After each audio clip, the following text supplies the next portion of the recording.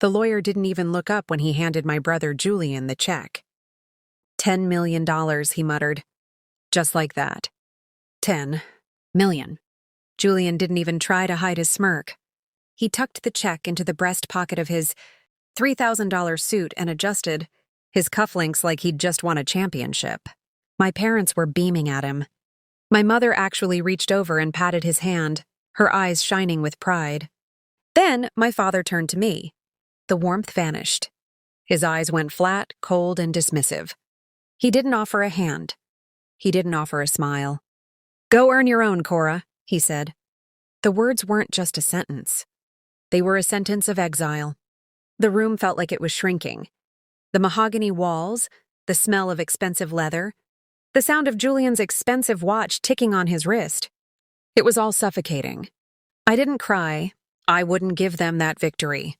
I just sat there, my pulse thudding in my ears, staring at the grain of the table, pretending I wasn't being erased in real time. But then, the heavy oak door at the back of the office creaked open.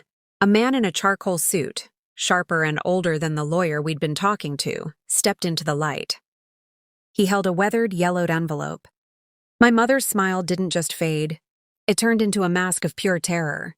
My father's hand started to twitch on the armrest. "Wait," the man said, his voice echoing off the high ceiling. "There's one more document, and it changes everything." Now, before we get into the contents of that envelope and the absolute chaos it unleashed on the Sterling family, I have to ask, where in the world are you all watching from today? Drop your city or country in the comments. I love seeing how far these stories travel. And hey, if you love a good story about the underdog finally getting their day, hitting that like button helps us tell more of them. Back to that room. The man in the suit was Mr. Keene. He wasn't just a lawyer. He was my grandfather's closest confidant, the man who knew where all the bodies were buried. He looked at me, really looked at me, and for the first time in my life, I felt like I wasn't invisible. "Julian," Keene said, his voice dropping to a dangerous level, "that check you just tucked away, you might want to keep it close. You're going to need it for the legal fees." Julian's smirk faltered. "What are you talking about?" "This is my inheritance. Grandpa wanted me to have the firm. Your grandfather," Keene said, unfolding the paper, "knew exactly what you and your father were doing to the books while he was sick. To understand why Julian was the golden boy, and I was the mistake, you have to understand the Sterling Ranch. It's on the outskirts of Charleston. 300 acres of ancient oaks and marshland. Growing up, Julian was groomed for the boardroom. I was the one who spent my time in the dirt, studying the ecosystem, obsessed with biology. My father called it a waste of a Sterling education. Julian called it playing with bugs. I hadn't been to the ranch in over a year. My parents told me Grandpa was incoherent. They told me he didn't recognize anyone, and that visitors agitated him. They literally physically blocked the door. The last time I tried to visit. Lies, all of it. I drove out to the ranch an hour after that meeting ended. The gravel road felt like a path back in time. When I stepped out of the car, I saw her. My grandmother was standing on the porch. She looked thinner, but her eyes were like steel. "So the prodigal daughter returns," she whispered. "Grandma, they told me—" "I know what they told you, Kora. They told us you were too busy with your science to visit a dying man. They told your grandfather you'd moved to the West Coast and changed your name because you were ashamed of this family." The air left my lungs. I never left.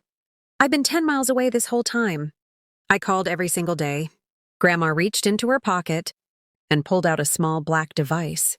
A call blocker, installed directly into the house line. "I found this hidden behind the desk a month ago. Your brother put it there. He told me it was to stop scammers. But the only person it was blocking was you." My brother hadn't just taken the money. He had stolen my final moments with the only man who ever loved me. "There's someone you need to meet," Grandma said, gesturing toward the house. A young man stepped out. He looked tired, wearing a wrinkled linen shirt, and carrying a heavy camera bag. "Kora, this is Leo," Grandma said. "He's an investigative journalist. And for the last 6 months, he was your grandfather's shadow." Leo shook my hand. "Your grandfather knew he was being sidelined, Kora. He knew Julian was cooking the books at the firm to fund his lifestyle. He spent his final months documenting everything. Every wire transfer, every forged signature, everything. Why didn't he go to the police? I asked. Because, Leo said, he wanted to see if they'd go through with it. He wanted to see if Julian would actually take the money he knew didn't belong to him. It was a test, and Julian just failed it. Suddenly, the roar of an engine interrupted us. A silver sports car tore up the gravel driveway, kicking up a cloud of dust. Julian jumped out, followed by my parents. They looked frantic. "Give it to me, Kora," Julian shouted, marching up the porch steps. "I know Keen gave you a copy of the secondary ledger. Hand it over right now." "Or what, Julian?" I asked, stepping forward. "You'll block my number again? You'll tell Grandma I died in a car accident next time?" My father stepped up, his face a deep mottled purple. "Kora, don't be a fool. Julian is the head of this family now. Whatever evidence you think you have is irrelevant. We have the $10 million. We have the firm." "Actually, Richard," a voice boomed from inside the house. A tall, lean man, with hair as white as a ghost, stepped onto the porch. "Arthur." My father's jaw literally dropped. He looked like he was seeing a dead man walking. "Arthur?" "No, you're in South America. You disappeared 20 years ago." "I didn't disappear, Richard," Arthur said, leaning on a heavy cane. "You framed me for embezzlement and threatened my family if I ever showed my face in Charleston again. But Walter found me. He spent 5 years tracking me down to apologize for what you did." Arthur looked at Julian. "And while I was away, I learned a lot about international banking. That $10 million check you just signed for? It didn't come from your grandfather's personal savings. It came from a shell company account. That was flagged by the SEC 6 months ago." Julian went pale. "What?" "By endorsing that check," Leo added, lifting his camera, "you just legally claimed ownership of a money laundering operation. I've been recording this entire conversation, Julian. The golden boy just walked right into a federal trap." The silence that followed was deafening.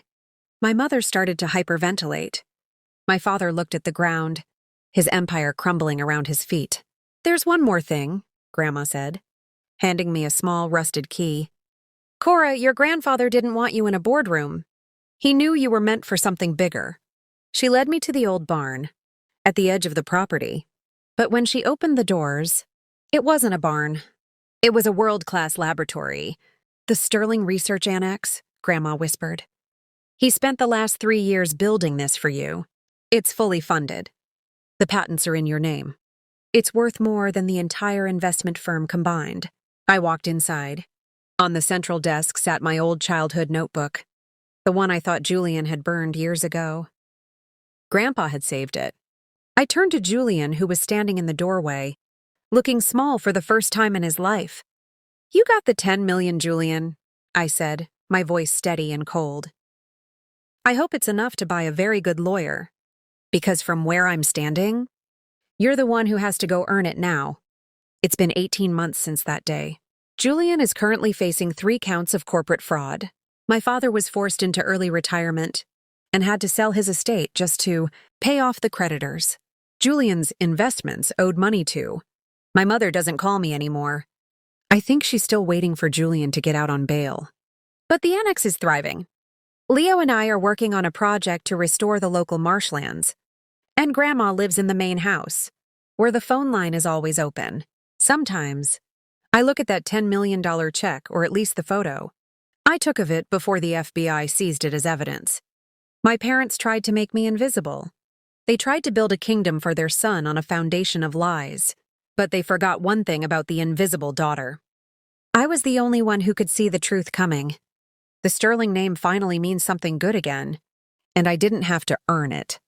I just had to outlast the people who tried to bury me. It's a funny thing about seeds. The more dirt you pile on top of them, the stronger they grow. If you want to see more stories of family secrets being exposed, make sure you hit that subscribe button and ring the bell so you never miss a drop. And tell me in the comments, what's the craziest thing you've ever found out about your own family tree? I'll see you in the next one.